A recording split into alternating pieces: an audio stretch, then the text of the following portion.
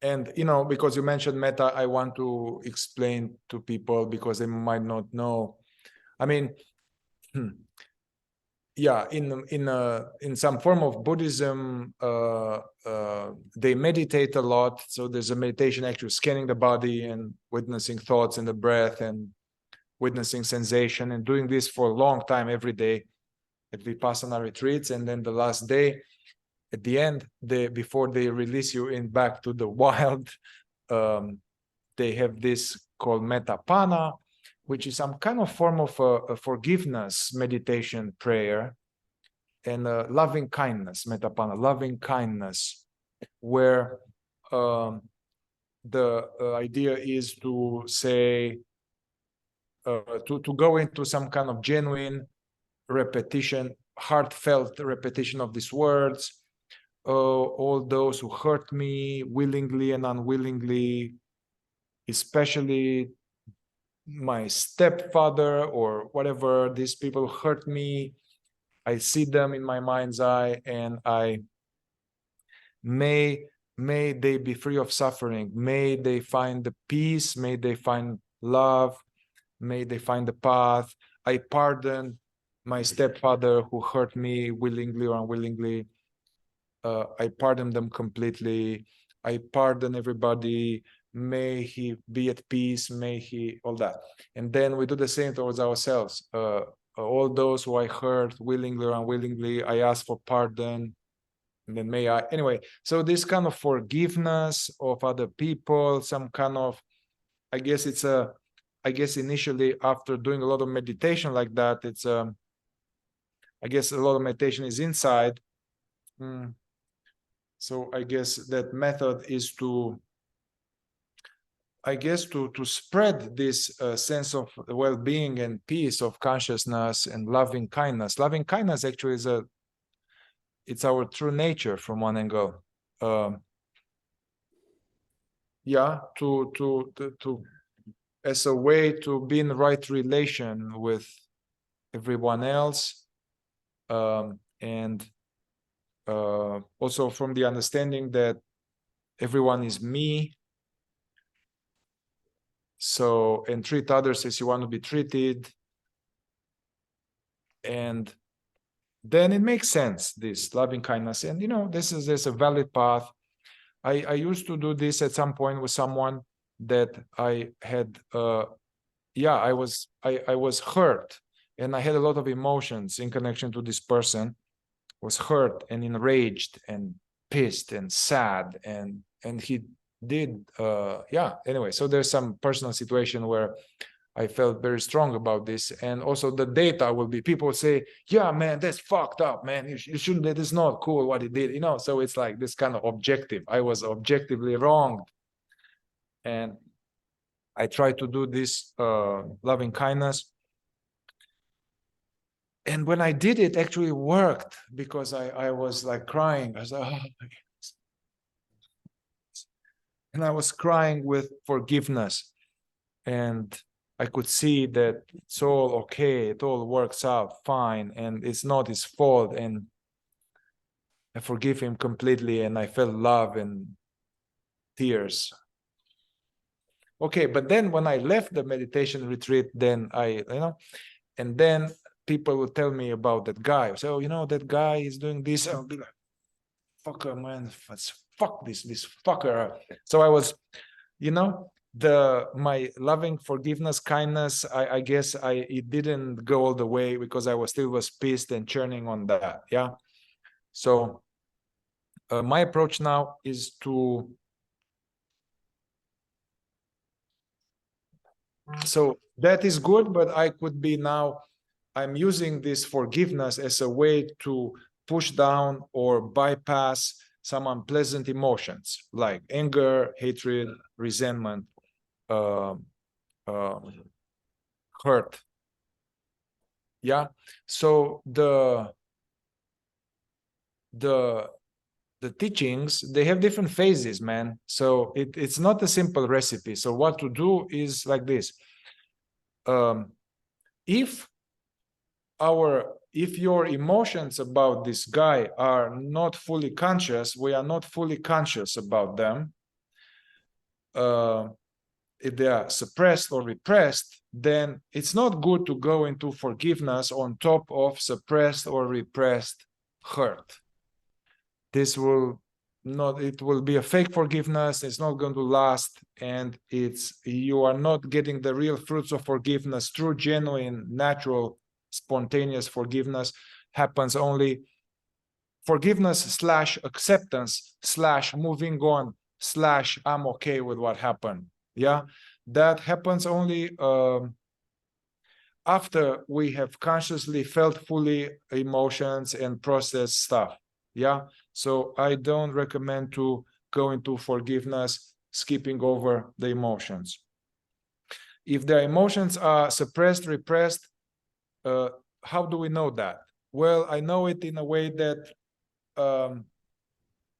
whenever I think of this person, I'm triggered, or I have thoughts about him.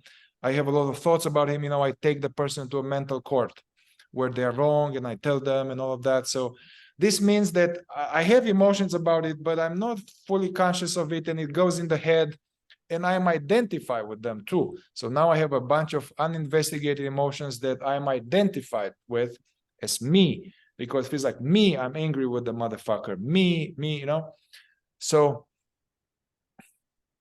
okay, so more practically, what I recommend is to consciously feel it fully. But if you were to do this, this won't be forever. Also, a way to consciously fully feel it, I would, rather than say, hey man, instead of burning hell, you burning hell or whatever, go more like to the emotion. Like, hey, I'm sad, I'm angry, I'm sad, I'm angry, I'm hurt. So keep it simple. If we go into the thoughts, you are going away from the emotion and you are kind of with the thoughts, but it's good if you go to emotion, then you go emotion and the body, and to do some more skillful processing around that. Yeah, but if you do it well for some time, I understand with parents that is going to be longer, last longer, with parents or people like that. If we had situations where we felt deeply hurt or mistreated, but to fully allow it, fully feel it, without too many words, process about it repeatedly in different ways. Yeah, but if you do this well, you will notice markers, the 2 markers that Scott talks about, that actually some of that fire will metabolize. So it will be less, the energy will diminish, and also I will feel more regulated at the end. Yeah, if I am just going into it and I feel more and more pissed and more dysregulated, it means that I'm not actually feeling consciously and transforming the emotion, metabolizing the emotion. Is that I'm still, I may be juicing it and resisting it. Sorry. Just I did something like this before in a different context. It was about rejection, but I wrote down on the paper, I'm sad because, and it took me to childhood neglect situations. And it really got me deep into that process of grief, like kind of like that. And I don't know if it's true what they say, that anger is basically beneath that there's sadness or grief or those kind of things. So would you recommend what I'm thinking about doing, which is basically whenever I'm triggered, which is often, I'll just write down I'm triggered, and I'm triggered because, I'm angry because, I'm sad because, just let that thing run. And what usually comes after because? Is that a question? Yeah, give me an example. I'm angry because, give me some examples of what comes after that. I was being manipulated. I'm angry because I was manipulated. I'm angry because I was neglected. I'm angry, I'm sad because, you shouted at me and you yelled at me. I'm angry because you keep making me wrong and want me to do as you want me to do. Fuck you. No, this is good. And I'm sad about this. It is good, but this shouldn't be forever, all day, every day. You know what I mean? No, well, yeah, Have because some the thing with time and go into it, and it should kind of diminish a little bit. by letting the emotion play out and then having those marker points, right? Yeah. Yeah, there will be, and so do this vulnerability inquiry, this reverse inquiry with emotions, like I'm angry, I'm willing, and check each time whenever you have an emotion, like I'm angry, I'm sad, make conscious the thought form and make conscious where it is in the body. And I'm angry, I'm sad, and have some attitude of allowing it. And check this thing like, hey, it's okay, I am angry. It's okay that I'm angry.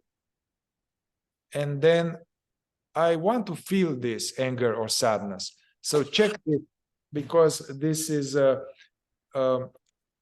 might be lurking some other programs in it, like I'm angry, but I shouldn't be angry because I should be good. And it's not okay to be angry with them. Or I'm angry, but I'm afraid to be angry because I couldn't be angry when I was a child. And so, so some side programs like this can keep the anger much longer because I'm angry, but also, or sad, but there's not a program that says I shouldn't feel this and I shouldn't be this and I'm bad because of this. So, maybe finds hidden programs, kind of. Yeah, so you, and if you notice such objections, like it's okay to be angry, it will be like you notice a little something, like you need to notice, like no, it's not okay. Now you need to have more specialized kind of skill what to do next, because now you are dealing with the repression barrier, that it's a mechanism, is very strong, it kept us safe. No, don't be angry. And then I'm afraid, and then I'm contraction, and then I feel weird, so we need to keep going by processing those. And yeah, thank you. now from the, I look at this stuff, like this thing that I just explained to you, this helps so that you don't have it repressed or suppressed, so that the emotional energy is online. Now, to do this, actually, the more one is able to remember oneself, the more you will be doing that. Because being in a state of half asleep, it's not going to go so well to deal with strong feelings. So that's why, actually, you can't process feelings well if we are in a state of being identified with them and afraid of them and all that. So that's why I keep having accent of strengthening this meditation, presence, strengthening these things. I also, sorry, do you mind? I also noticed that you, while I worked with you, or when I did other kinds of meditations like this with you, we got into this thing. It got really strong, got really immersed, and then we took that step back into stillness or whatever portal, and sort of rest there a little bit, reset kind of, and then go back into it. So kind of getting into the river, stepping out of the river. So yes, I know what you mean. So what I'm doing when I work with people, let's say one-on-one, or when I do guided stuff here, usually stuff where I'm stirring things, like what we've done this morning. I didn't stir things, it was like nice and easy, peaceful. But so I like to stir things and deal with the emotions, basically focus on the content. Hey, this sensation, this pain, this thing, it says this, all that, yeah. And after I do that for some time, I want to be like, okay, okay, but come to the bigger picture here. The bigger picture is that there's more to me than this little trigger, that I'm stuck in some little trigger, you know? So I'm kind of tuning back into this dimension of presence and bringing presence to the whole thing. And I'm doing this thing. Yeah, you're right. Like, hey, open your attention a bit. Notice, what are we dealing with here? Oh, it's an emotion, a thought. And we do the neti a little bit. Neti, Yeah. it's an important, I guess, de-identification tool. Am I this sensation or this thought, or am I that which is aware of it? And for people who already looked into this a little bit, they have clarity, like, oh, no, yeah, I see, yeah, I see. No, I'm not this. I'm not this hand. I'm aware of the hand. Or am I the hand? Or am I that which is aware of the hand? Oh, I'm the hand. I'm the awareness. Yeah. So the same with the stuff. Yeah. Now, in the realization that I'm not the thought or the trigger, I'm the awareness, there's like, there's some stabilizing of oneself. And also, I have increased capacity to deal with these feelings. I am this container of these feelings and thoughts. Yeah, so I can handle it more. Because when all the thoughts and feelings are me, as I'm anxious, I'm destabilized, So I'm doing that so we are not finished with processing and now you are fucked. And so I'm bringing back to the aware openness or presence for two reasons. One, for spiritual insight reasons, because the truth is,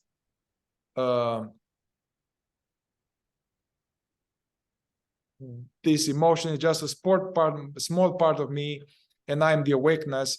And so let's wake up, and meet the feeling from awakeness. This will be much better, and this will change our so this will help to deepen our spiritual insight of our true nature. One reason I do that. Second reason I do it is that it has a self-regulating quality. Because,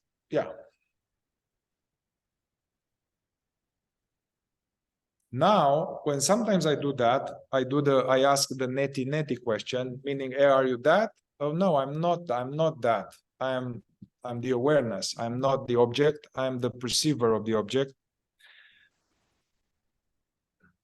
Like, am I I am what is observing, not what is being observed. Why? Why do I say that? Because what is being observed is changing and vanishing all the time, but what observes remains. So am I that which left, or am I that which remains? I am that which remains. Now, some people, I ask them this question, and they are telling me, I am the thought. There's this thought that says, oh, I'm not good, I'm weak, or something wrong with me. Hey, are you this thought? Yeah. Yeah. Okay, are you sure? Yeah, is this thought you? Yeah, it's me. Okay. So now that's more tricky if this happens, because it means that the person doesn't have enough spiritual insight as well as consciousness training. So then the person's self, divine self, is identified, believes to be this thought, I'm not good enough. In this case, it's harder for me to help that person, and there's more suffering. But it's okay, because they are still, okay, you are this thought. Okay, so there are ways to do other things and play with it.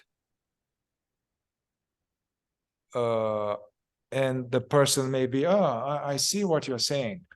Like, I can you know, especially it's easier to be identified with thoughts, with some strong negative thoughts or very negative feelings, because they feel personal. Like a fear in the belly feels like me or something. But I'll come to you. But let's say if I take my thumb, try that. Close your eyes and get your thumb nail and dig it, not too hurtfully, but dig the nail into another finger, yeah? With the eyes closed. So there is the sensation of this nail, yeah? Let's not even call it nail. There's this sensation. You are aware of the sensation. Ask yourself, am I this sensation? Or am I that which is aware of the sensation? Obviously, you know, I am that which is aware of sensation, whatever that is, whatever it's called, doesn't matter. Yeah. Even this helps if, like, now you take off the finger and you will see how the sensation changes. I'm aware of it, the sensation disappears. I, as the presence, remain. Yeah, this is easier with that. But now I bring this, I'm not good enough. There's more tendency to stick to that thought. So I can do stuff like that for the person to be like, oh, okay, I get it, you know? So you had something, Andrea, a follow-up? Yeah, kind of related to disentangling from thought. I can be lost in a narrative all day, and that narrative, while I go to sleep, that plays in my mind and becomes visual, becomes a dream. Yeah. And I realize, oh my God, this is just a freaking narrative. And I wake up from that thing being a reality. Unfortunately, at the end of the day, but it would be nice to have that in the morning and sort of get on with it. But it seems easier at night than during the day when I'm immersed in my pain body, whatever. Yeah, well, that's what they were saying in the fourth way, is that in the state of sleep, first state, when we sleep in the night, it's even lower state of consciousness than now, where we don't know what is dream and what's reality, yeah? We don't know. And then, but still, there's an awareness of these dreams. And so there's this dreaming of the creation of these stories and all that. So this phenomena, they say this like the stars, you know, the stars in the night. You can see the stars in the night. Yeah. But then the sun comes, it's light now. We wake up in the morning. There's no more night, but the stars are still there, actually. The stars are still there. So basically, in the waking state, when we wake up in the morning, which is the walking sleep from the point of view of self-remembering, this dreaming is still playing out. That's what you're noticing. The dreaming is still playing out. And actually, it's the dreaming of these fantasies, and also usually it's torturous dreaming, like they don't consider me enough, and why they do this. And, you know, you are churning and all the pain body about your dad and how he was wrong and how I'm a victim and how I'm upset and may he burn in hell. And then, oh, maybe I should do this and maybe I should start this project, but who is going to believe it? You know, who am I to do this? And, you know, no. And so, you know, this dreaming, and also this sense of me is dreamt. It's like in this dreaming, the dreamer has an imaginary picture of myself where you are as somebody who is fucked up. You know, but the one that is fucked up is dreamed.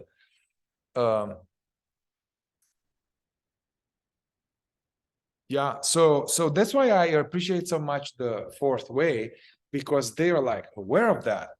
And so, and they are saying that all the time we forget, all the time we are sleeping. So even if you do a little bit of processing and a little bit of meditation, That's good, bro. But what's happening the rest of the day?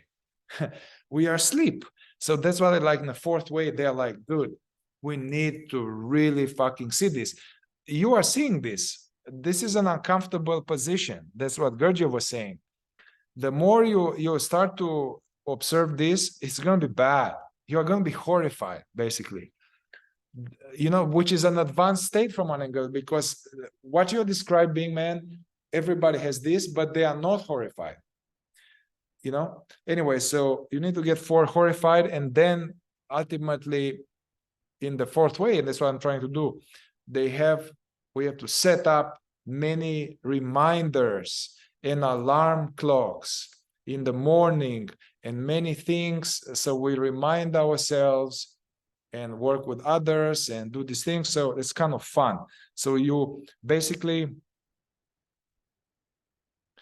the situation will change gradually, and this more conscious will come. There are 3 parameters, like more frequently. So we need to be conscious more frequently. Yeah, now it's infrequently. So, you know, be more frequent, like turn on the light a little bit, many times. Then longer duration. So first, there's more frequency of conscious presence. Second, there's a longer duration. These glimpses, they get longer. And as they are longer, then it gets deeper. Think about it. Like if you have a house that is full of shit and rotten bodies and fucking like dead, tortured wives there decomposing, and like I'm getting dark here. Okay.